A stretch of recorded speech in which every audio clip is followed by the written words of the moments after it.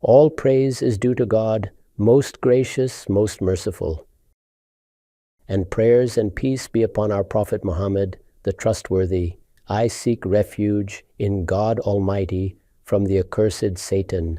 In the name of God Almighty, the most gracious, the most merciful. Ladies and gentlemen, the second chapter of Surah Al Baqarah has now commenced. Within this chapter, we are presently formulating a lesson beginning from verse 124.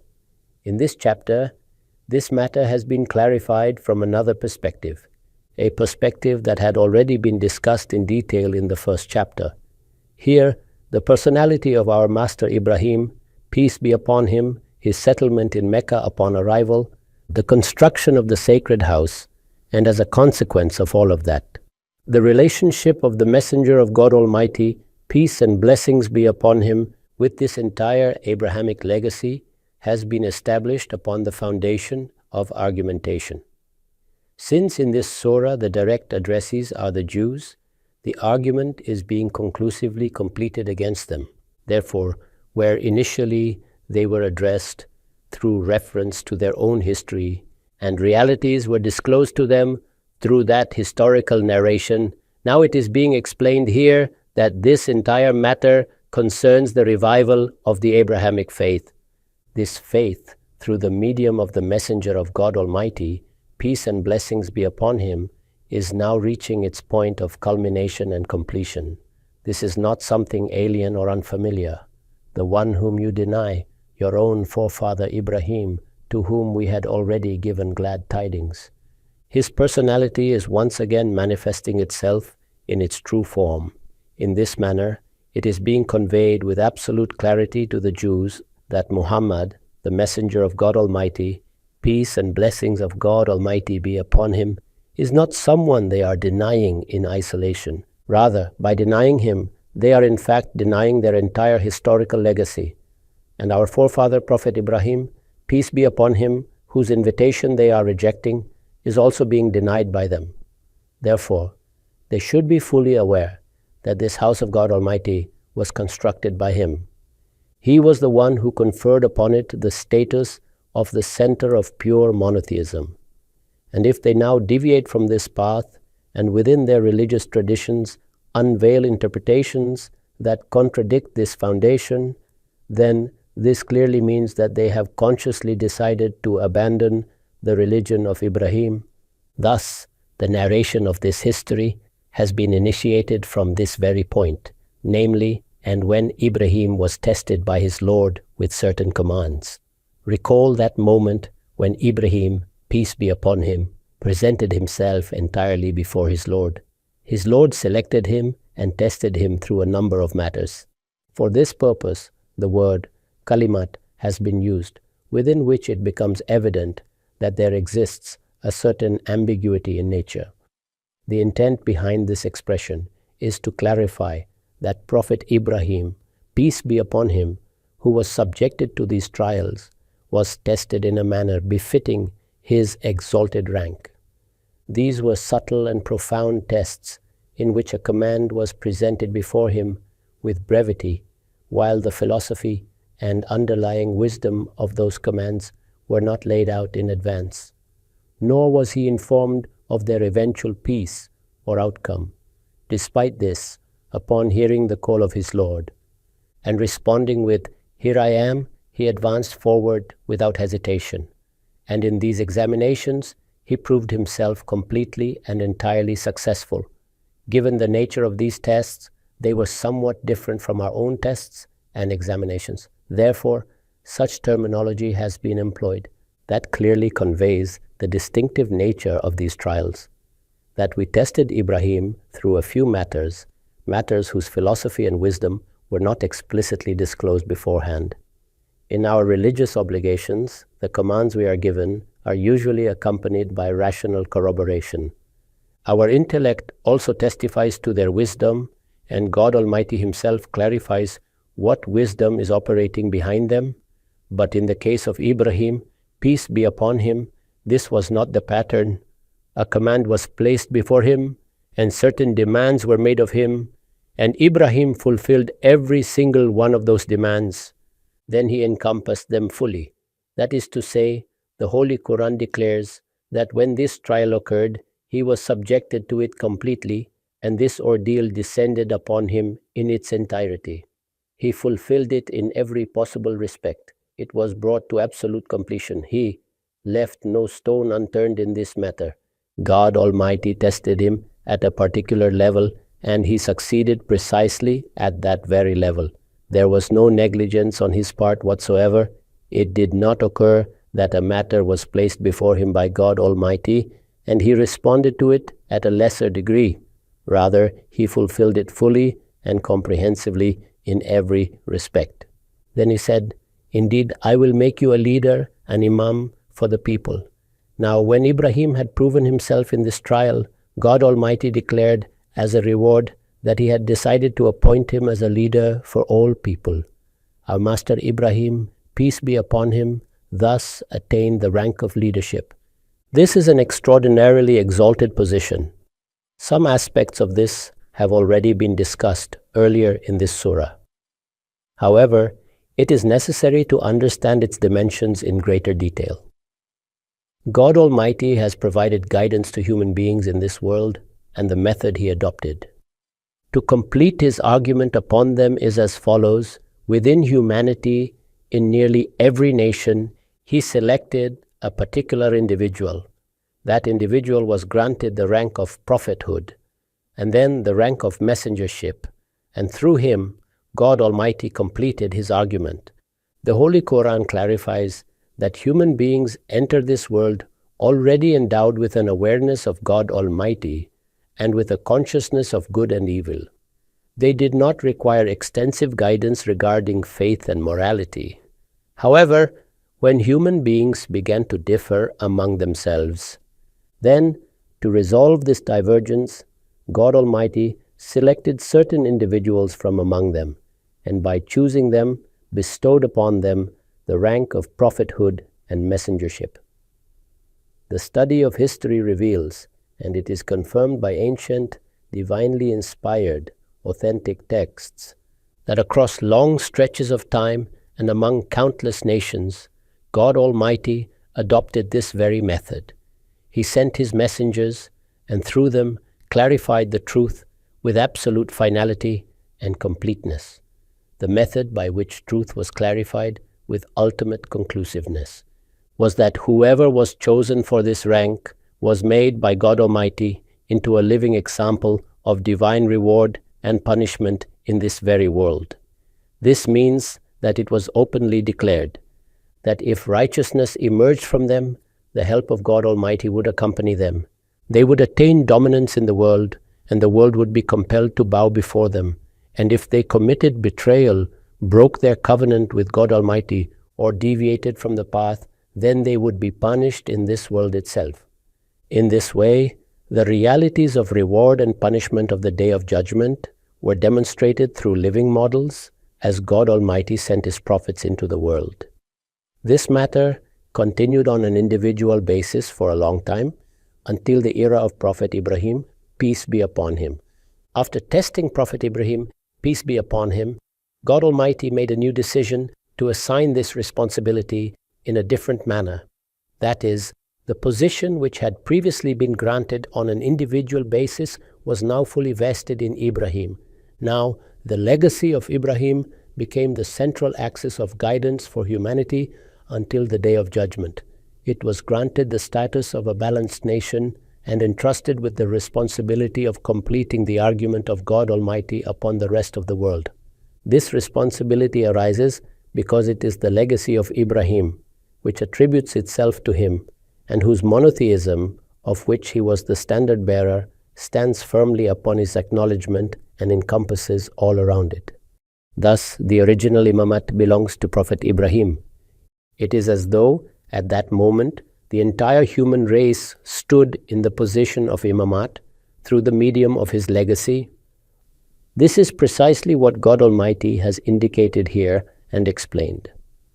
Ibrahim did not receive this position because of lineage, nor due to a particular religious group or sect.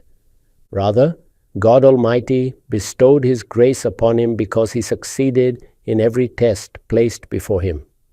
Each of these tests was of such magnitude that it is exceedingly difficult even to conceive of them for anyone else. Among them, the greatest test was when he was commanded to sacrifice his son. A dream was shown, and it was certainly open to interpretation. Undoubtedly, the intent was not the actual killing of the son, yet Ibrahim immediately resolved to act upon it. God Almighty called him to this act, and it was declared, "O Ibrahim, you have indeed fulfilled the vision." That is, although dreams require interpretation, Prophet Ibrahim did not hesitate or delay. Instead, with love, passion, and complete submission to the command of God Almighty, he advanced to such an extent that he became wholly devoted to divine obedience. When he succeeded fully in these trials, he was then rewarded with enduring peace and honor among people. God Almighty declared, "Now I am appointing you as an imam for your legacy." The call to religion and its message would now reach all of humanity through him alone. "Indeed, I will make you a leader for the people," he said, "and from my offspring." As soon as God Almighty granted him this glad tiding, it was submitted. What is the command regarding my offspring? Does this imamat pertain only to my person?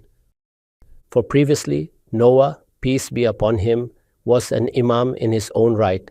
The Holy Prophet Muhammad, peace be upon him, was an imam in his own being, and all other messengers were leaders in their own capacity.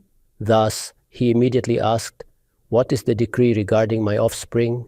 He said, "My covenant does not extend to the wrongdoers." God Almighty clarified, "The designation I am granting is this: as for imamat and leadership, where the world humbles itself before them and seeks guidance from them, this requires moral integrity and upright character. My covenant does not include any oppressor. This means that if they remain upon the right path, they will retain this position, but if they deviate and adopt injustice, then they will be wrongdoers, oppressors of their own souls.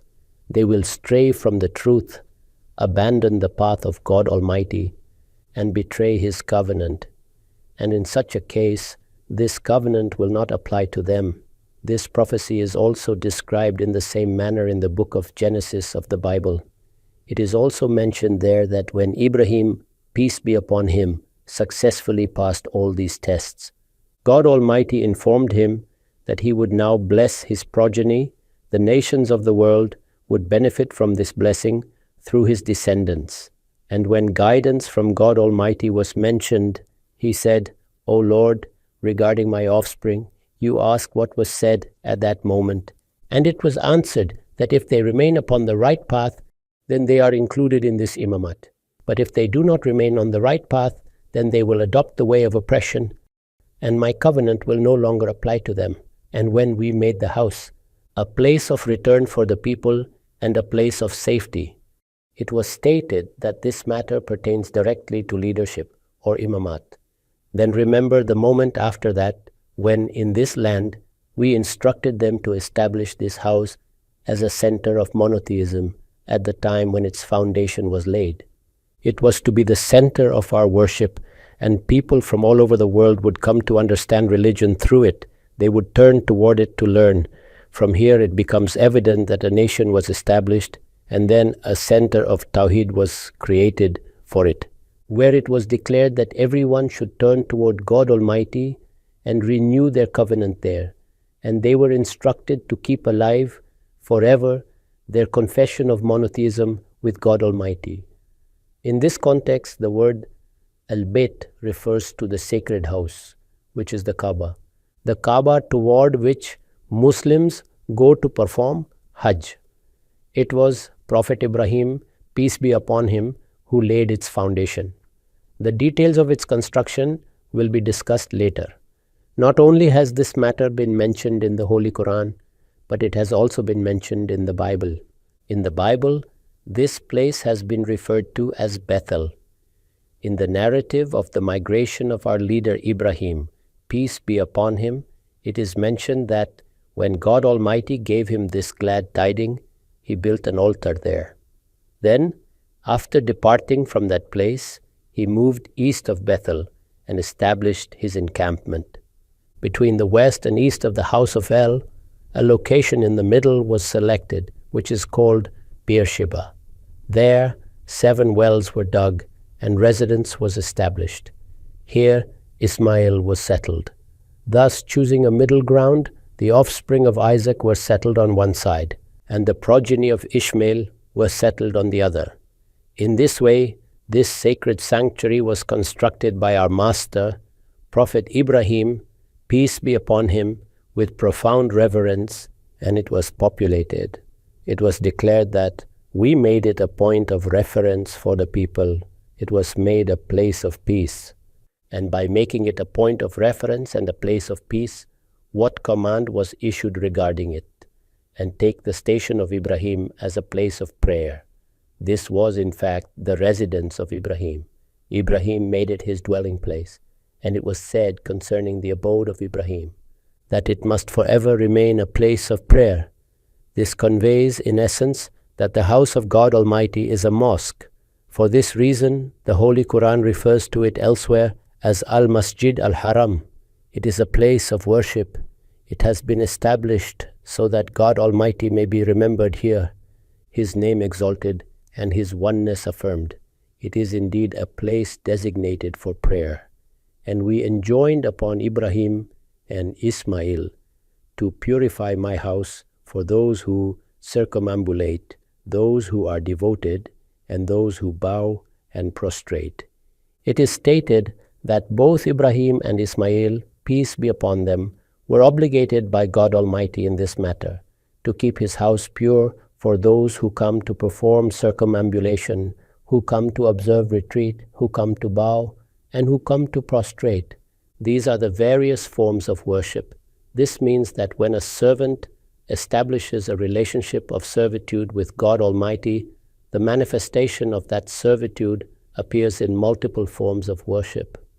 Throughout human history, the forms of worship that human beings have adopted include bowing, prostration, supplication, and intimate communion. They include circumambulation, seclusion, and contemplation. They include sacrifice. Indeed, sacrifice appears repeatedly. Fasting, too, is among the many forms of worship that have existed in every community and every nation.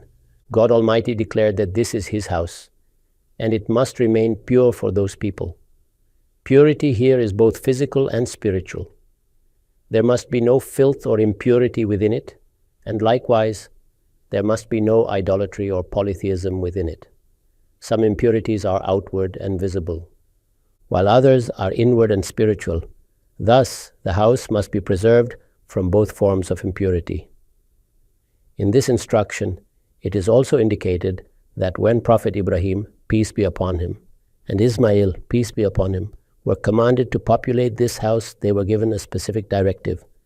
That circumambulation would be performed here for God Almighty, that retreat would be observed here for God Almighty, that bowing and prostration would be offered here for God Almighty. No impurity of idolatry would be allowed to enter it. It was to be established solely for this purpose. وَإِذْ قَالَ إِبْرَاهِيمُ رَبِّ اجْعَلْ هَذَا بَلَدًا آمِنًا. Now that they had settled there and this house had been dedicated to these purposes, a specific supplication was made. These are the very practices we still observe today: bowing and prostration in prayer, fasting, and retreat in the mosque during itikaf. This is an extraordinary form of worship, and it becomes evident from this that the greatest center of worship can only be the Kaaba, for it is the first mosque. Within it, a unique form of collective worship is performed, and this collective act is, in reality, a cycle of contemplation, when someone is chosen by the will of God Almighty. It is as though that person presents his life and wealth entirely before God Almighty. From ancient times, this act of presentation was accompanied by circumambulation, moving around the altar, taking rounds around the sacred place. Today, this begins with the kissing of the black stone. It is as if this stone symbolizes unity, and through it a covenant and agreement are renewed with God Almighty. It is declared that this center of monotheism will be kept populated, and that those who come here will themselves remain steadfast upon monotheism. When Ibrahim, peace be upon him, dedicated this house specifically for acts of worship, and God Almighty commanded that it be kept pure, he then offered a supplication. The supplication was, O Lord, make this city a city of peace. Clearly, they had established their settlement here. If this place were to become a center of unrest, if plunder, murder, and crime were to prevail, then pilgrimage and worship would not remain possible. Therefore, they prayed especially that God Almighty make it a city of peace. People come here from the farthest corners of the world to worship. Their caravans should remain safe. They should be able to stay here without fear for as long as they wish. In this city, the rights of residents and visitors are equal. All regard it as the house of God Almighty. Thus, they prayed for peace. At the time of settlement, this city had neither fertility, nor culture, nor civilization. The Holy Quran itself refers to it as a barren valley, a place without water or vegetation, surrounded by rugged mountains. Caravans of nomadic tribes passed through it, and looting was common. Therefore, they prayed further and provided its people with fruits. This provision was sought specifically for those among them who believe in God Almighty and the Last Day. Prophet Ibrahim, peace be upon him, had already received prior instruction from God Almighty. He had already asked whether his offspring would also attain leadership. God Almighty had clarified that imamat is a position of honor reserved for those loyal to him, not for the oppressors. Thus, in his supplication, he asked for peace so that people might come for worship, and he asked for sustenance so that the settlement would not remain desolate. If sustenance were absent, the settlement would not endure. So he asked God Almighty to grant provision through his special grace, even in a land where no natural means existed. He made belief in God Almighty and the Last Day a condition for this blessing, knowing that they had already been warned. In response, God Almighty declared, "And whoever disbelieves, I will grant him enjoyment for a little while." Imamat is one matter, sustenance is another. Provision in this world has not been made conditional upon faith alone. Even those who openly deny will be granted provision. In the life of this world, God Almighty has not made sustenance dependent upon acceptance of faith. We will administer punishment gradually, drop by drop, until it culminates in the torment of the fire. Certainly, the judgment of the day of resurrection will be based upon righteous action. Therefore, if a person adopts disbelief in this world and chooses rebellion against God Almighty, then in this world he will still be granted sustenance, reasons, strength, passion, and dignity. Everything will be given, but only for a short duration. The life of this world is nothing but a fleeting enjoyment. It will be attained. Then, after that, he will be cast into hell. Thus, with respect to the day of judgment, this is the governing law, but in worldly affairs, this is not the law. It appears that no such condition was necessary in worldly matters. Everyone will receive sustenance, and it will be clarified that this account is indeed found in Revelation. It is known that the supplication of our master Ibrahim, peace be upon him, was accepted at the highest possible degree. This means that God Almighty not only made arrangements for the city, but also declared 4 months as sacred. Even during the era of ignorance, people respected these months. This meant that looting ceased and the pathways of plunder were closed. Weapons were laid aside, and even the Bedouins of the desert honored and respected this sanctity. In the same manner, up to this point, the relationship between deeds and sustenance has been clarified. In this too, God Almighty placed immense blessings. Fruits in abundance and of various kinds, and vegetables of all types began to arrive here. Nothing was produced locally. Yet such a marketplace emerged in this region that every kind of good became available. Because of the pilgrimage, The area became vibrant and alive. Thus, God Almighty accepted the supplication of our master Ibrahim, peace be upon him, in this manner. It was then stated, وَبِئْسَ الْمَصِيرُ.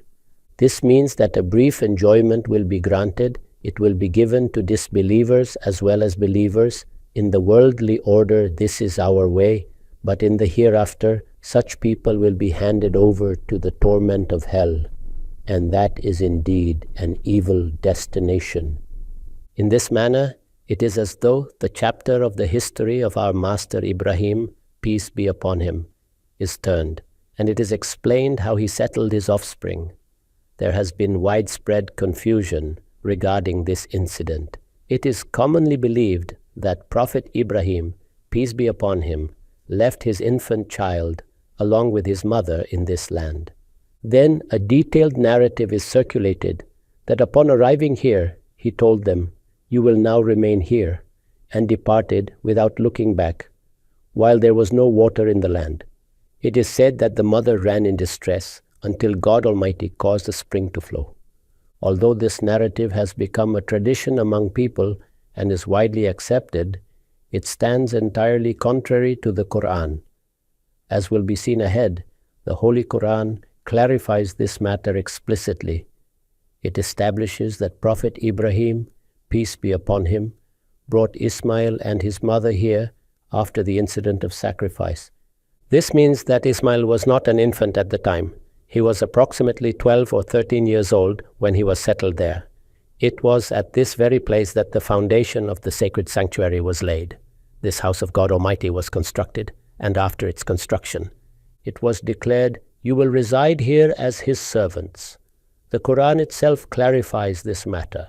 Yet, because a contrary narrative has become widespread among people, they often fail to read these verses attentively, despite the fact that the matter is explained therein with absolute clarity. And when Ibrahim and Ishmael were raising the foundations of the house, at that time, both Ibrahim and Ishmael were together raising the foundations of this house. This indicates that the moment arrived when the house was established here. At that moment, this supplication was upon their tongues. رَبَّنَا تَقَبَّلْ مِنَّا إِنَّكَ أَنْتَ السَّمِيعُ الْعَلِيمُ. Our Lord, accept from us. Indeed, you are the all-hearing, the all-knowing. O Sustainer, accept this offering from us. Before the next supplication, it is as though this is stated as an introduction. Accept this from us. There is no doubt that you are the one who hears and the one who knows. In the essence of supplication, they sought support from the attributes of God Almighty, that we are your servants, O Lord, and therefore we stand before you with raised hands, for you hear and you know. The supplication that follows is, رَبَّنَا وَاجْعَلْنَا مُسْلِمَيْنِ لَكَ وَمِنْ ذُرِّيَّتِنَا أُمَّةً مُسْلِمَةً لَكَ. Our Lord, make us both obedient to you, and from our offspring, raise a nation obedient to you. O Lord, we both stand before you, make us fully submissive to you, and from our progeny, raise a nation that is obedient to you. It is evident that this is a supplication concerning the progeny of Ismail. I am here, and this is my son. Keep us obedient to your command, and from our descendants, raise an obedient nation, a nation that bears witness to the truth before the world. We have recognized our responsibility, and now this place has become a home. Your worship has been established here. Now teach us the methods of worship, and turn toward us in mercy, and accept our repentance. Innaka anta at-tawwabur rahim. There is no doubt that you are the most accepting of repentance, the most merciful. Indeed, God Almighty is the one who accepts repentance most abundantly, and He is merciful toward His servants. This supplication was made on this very occasion. The next part of this prayer is of immense significance, and within it is a supplication concerning the Prophet Muhammad, peace be upon him. We shall examine that in detail in the next session. Now, listen to the translation of this portion, and remember when Ibrahim was tested by his Lord with certain commands, and he fulfilled them completely. God said, I will make you a leader for the people. Ibrahim said, and from my offspring? God said, My covenant does not include the wrongdoers. And remember when we made the sacred house a place of return for the people and a place of safety, and we commanded that a place of prayer be established at the station of Ibrahim. And Ibrahim and Ishmael were obligated to this task, that they purify my house for those who circumambulate, for those who observe retreat, and for those who bow and prostrate. And remember when Ibrahim prayed, my Lord, make this city a city of peace, and provide sustenance from fruits to those among its people who believe in God and the last day. God said, and whoever disbelieves, I will grant him enjoyment for a short while, then I will compel him to the punishment of hell, and that is an evil destination. And remember when Ibrahim and Ishmael were raising the foundations of the house. At that time, their supplication was, O Lord, accept this from us. Indeed, you are the all-hearing, the all-knowing. O Lord, make us both obedient to you, and from our progeny raise a nation obedient to you. Teach us our rites of worship and accept our repentance. Indeed, you are the one who abundantly accepts repentance, and you are most merciful. I say this and I seek forgiveness from God Almighty with full certainty.